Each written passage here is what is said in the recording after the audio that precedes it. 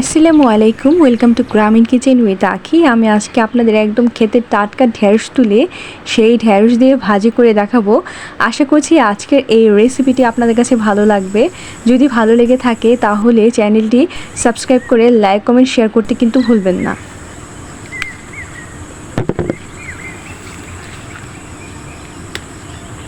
আমি খেতে থেকে একদম টাটকা ঢেঁড়সটা তুলে নিচ্ছি, আর আমার সাথে আমার বোন, আমার আম্মু সাহায্য করছে।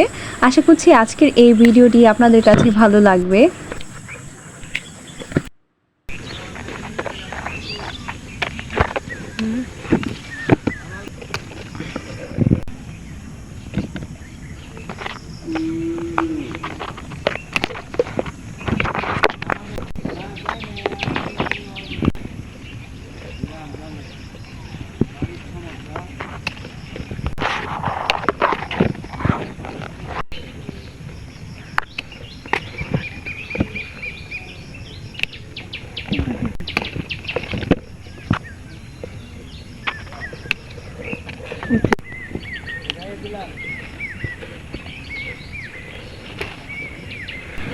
আমার ঢেঁড়স তোলা হয়ে গিয়েছে।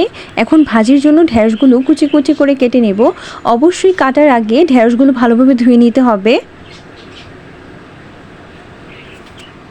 ক্ষেত থেকে তোলা টাটকা ঢেঁড়স ভাজি খেতে দারুণ লাগে। ঢেঁড়স ভাজিটা আমি মাটির চুলায় রান্না করব। এই জন্য আমি একটি কড়াই বসিয়ে দিয়েছি, আর এতে আমি রান্নার তেল দিয়ে দিলাম। তেল গরম হয়ে আসলে আমি আধা কাপ পেঁয়াজ কুচি দিয়ে দিলাম।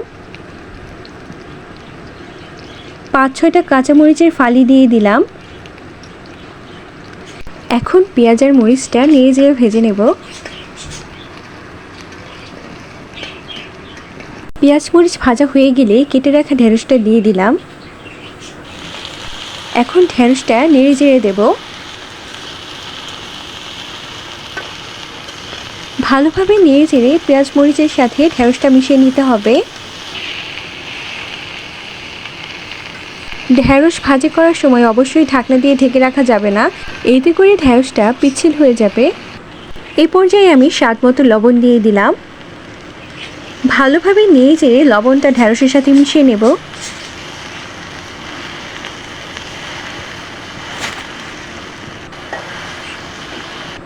তিরিশ সেকেন্ড পর পর ঢেঁড়স ভালোভাবে নেড়ে চেড়ে দিতে হবে, আর অবশ্যই খেয়াল রাখতে হবে ঢেঁড়সটা যাতে পুড়ে না যায়। আমার ঢেঁড়স ভাজি হয়ে গিয়েছে। এ পর্যায়ে আমি ঢেঁড়সটা নামিয়ে নেব। আজকের রেসিপিটি আপনাদের কাছে কেমন লেগেছে তা কিন্তু অবশ্যই কমেন্টে জানাবেন। আজকের মতো এখানেই বিদায় নিচ্ছি।